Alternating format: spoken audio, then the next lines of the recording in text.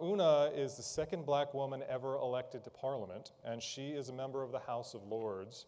Before politics, she was Director of Diversity for Channel 4 in London. At YouTube, Oona's focus is on bringing YouTube's mission to life, to give everyone a voice. She works on diversity across the platform, and she advocates for underrepresented YouTube creators. Today, Oona will be sharing the latest research on black audiences on YouTube, why they feel more represented on YouTube than they do in traditional media, and where brands play a role in that representation. Oona King, ladies and gentlemen.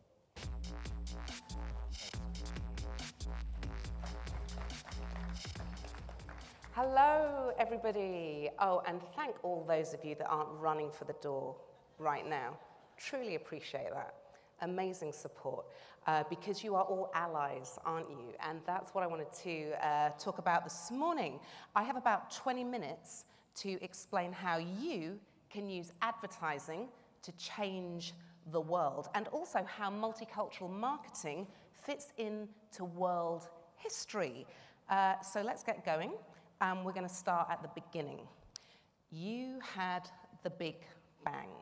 You had 3.8 billion years of evolution.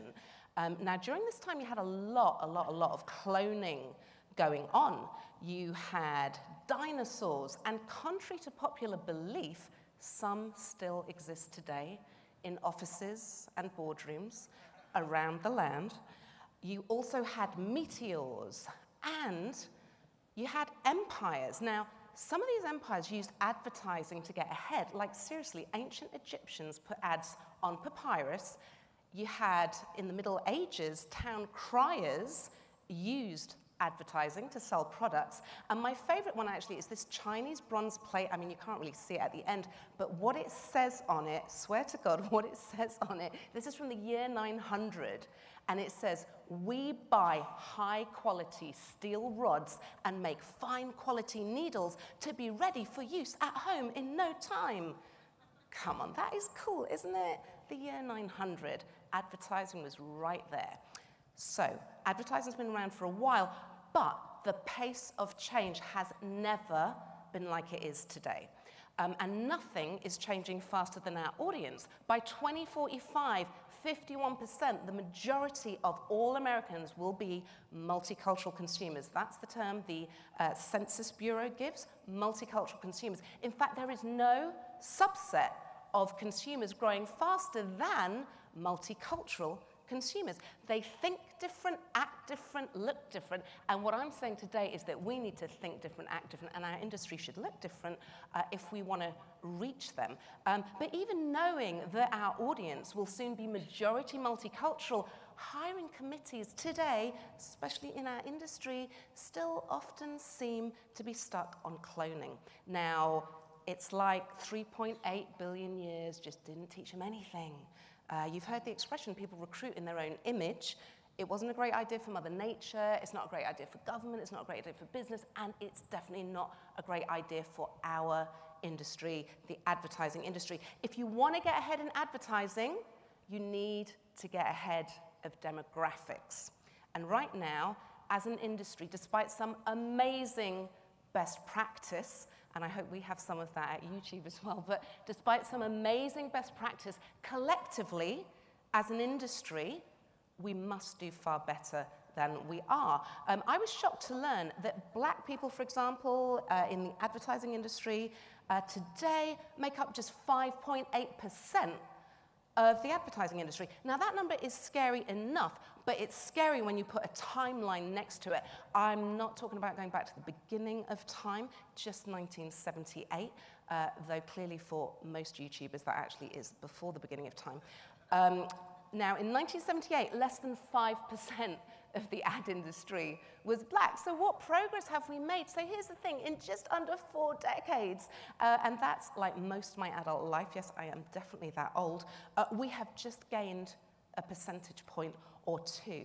So I want to be clear also, this morning I'm talking about black people, but they're just one subset of multicultural audiences. And to underline this, let's look at how Asian and Hispanic audiences are a huge part of that booming multicultural population. In fact, they are the largest part.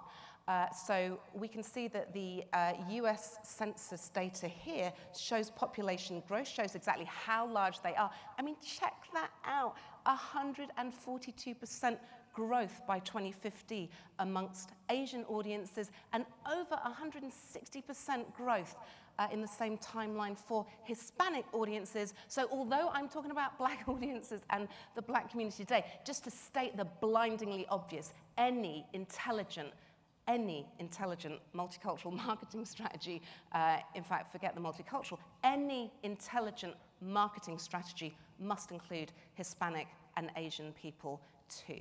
But that 5% I mentioned earlier, the fact that just 5% of the ad industry is Black, that's one of the reasons I'm focusing on Black audiences today, because if each of you is an ally, and again, thank you so much for being here this morning, then that 5% number starts to feel just like a little bit less scary, because if each of you can represent the research that I'm going to share this morning, then, you know, if you take them back to your meetings, your teams, your departments, then you're representing some of those Black voices that aren't in our industry yet.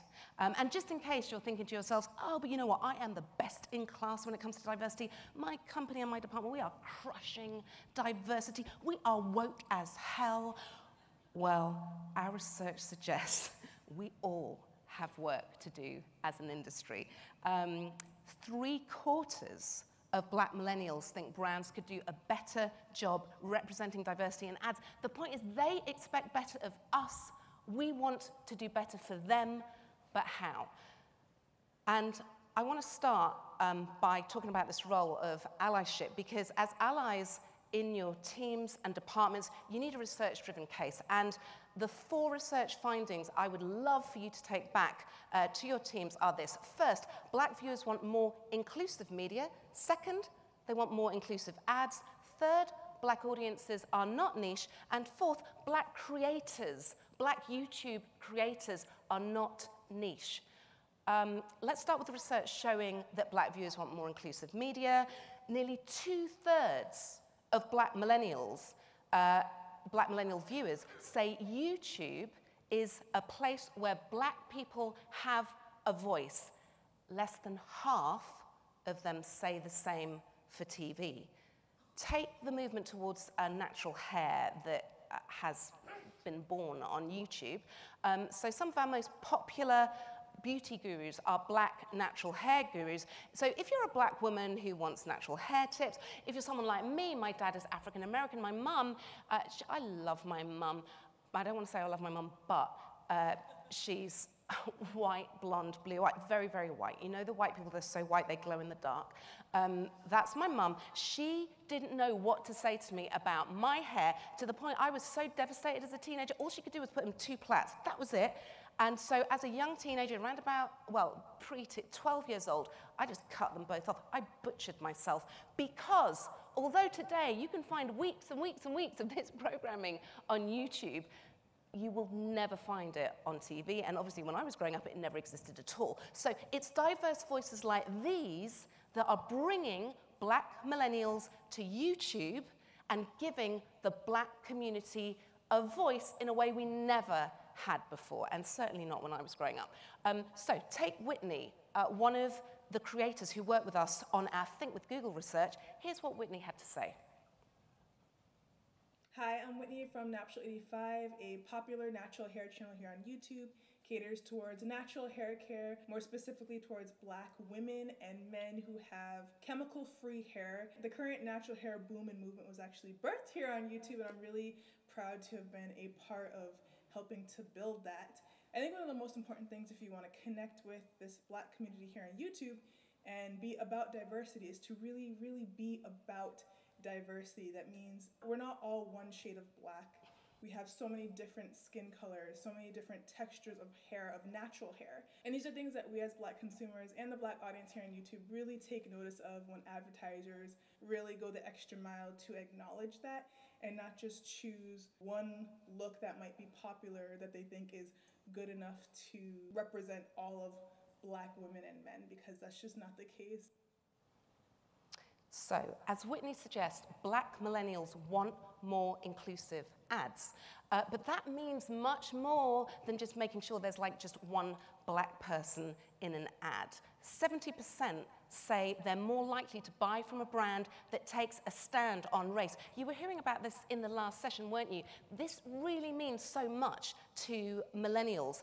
And they don't just want advertisers to represent race, they want advertisers to take a stand on race. And again, you were hearing this morning, you know, despite it being controversial, that's what millennials respond to.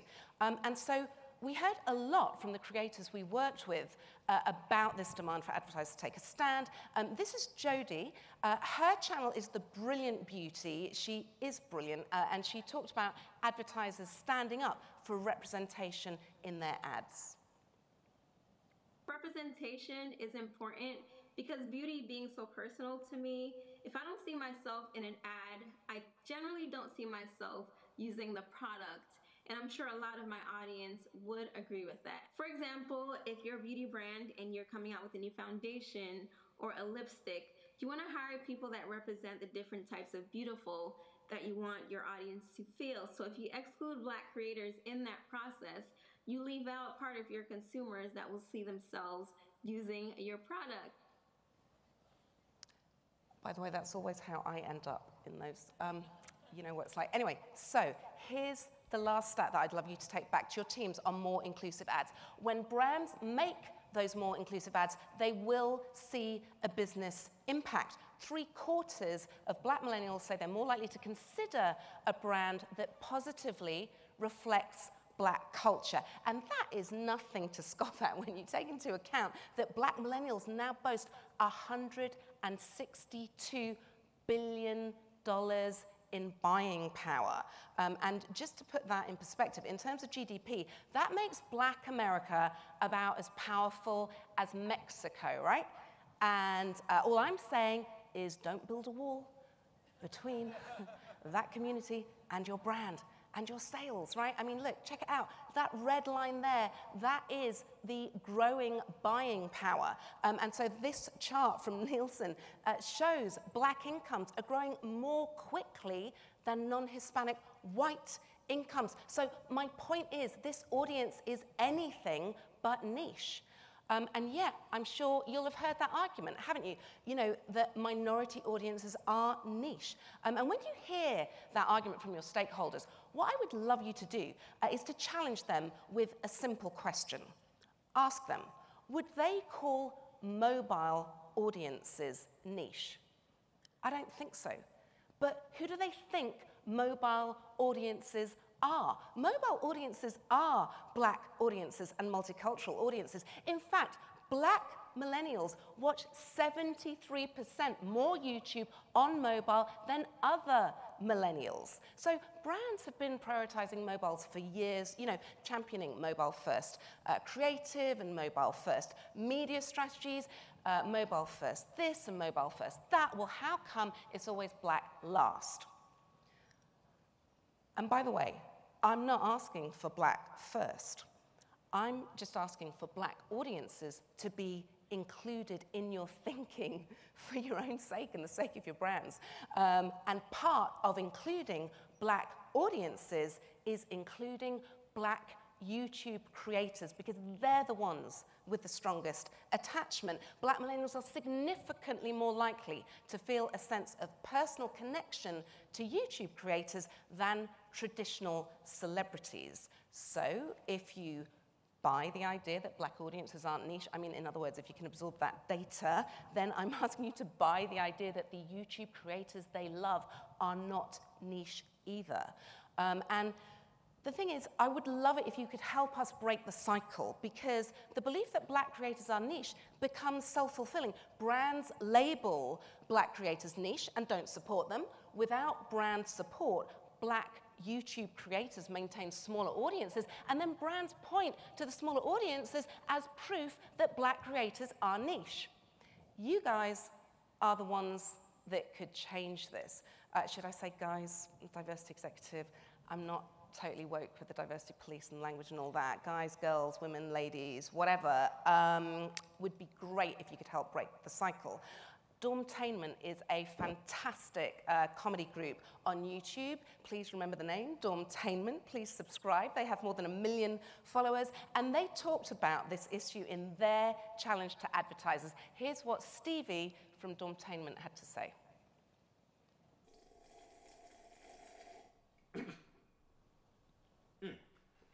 Hello, my name's Stevie Green, and I'm a part of Dormtainment.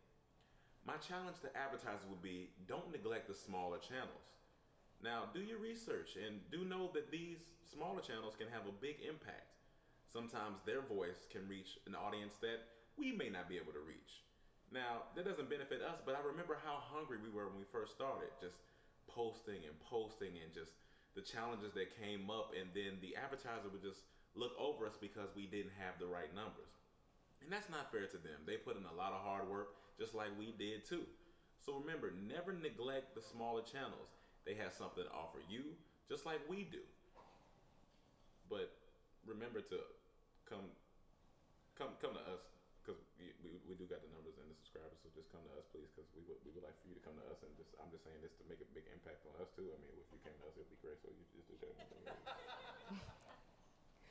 So he's just saying, I think, don't forget others. Now, I'd also love to introduce you to some other not so niche creators on YouTube. Issa Rae, you might have heard of her. She has an amazing hit show on HBO called Insecure. She got her first break on YouTube. Diara and Ken, they have over 400 million views. At KSI, 16 million subscribers on YouTube. A completely honest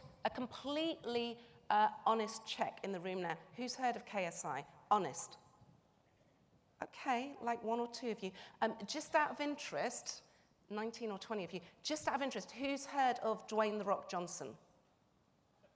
Okay, virtually all of you. If you haven't, then that's really quite bad. But anyway, so listen, KSI, he has got 16 million subscribers. Dwayne "The Rock" Johnson, big traditional media celeb, he's got 2 million subscribers. So this is the point. This is what I'm trying to get across.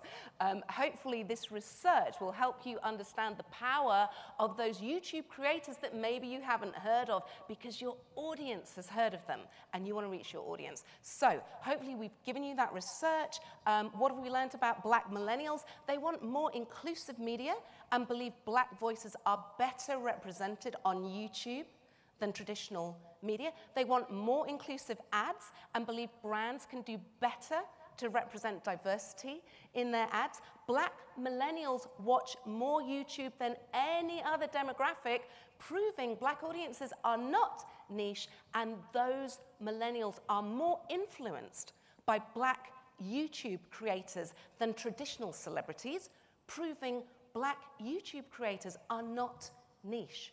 So please trash that argument when you hear it, really, please, I beg you.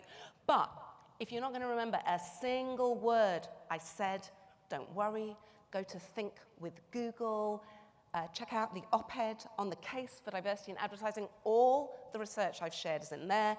For the last section of my remarks today, I want to concentrate on the one thing I really do want you to remember, and that's the creators I introduced you to, the creators who brought all these stats to life.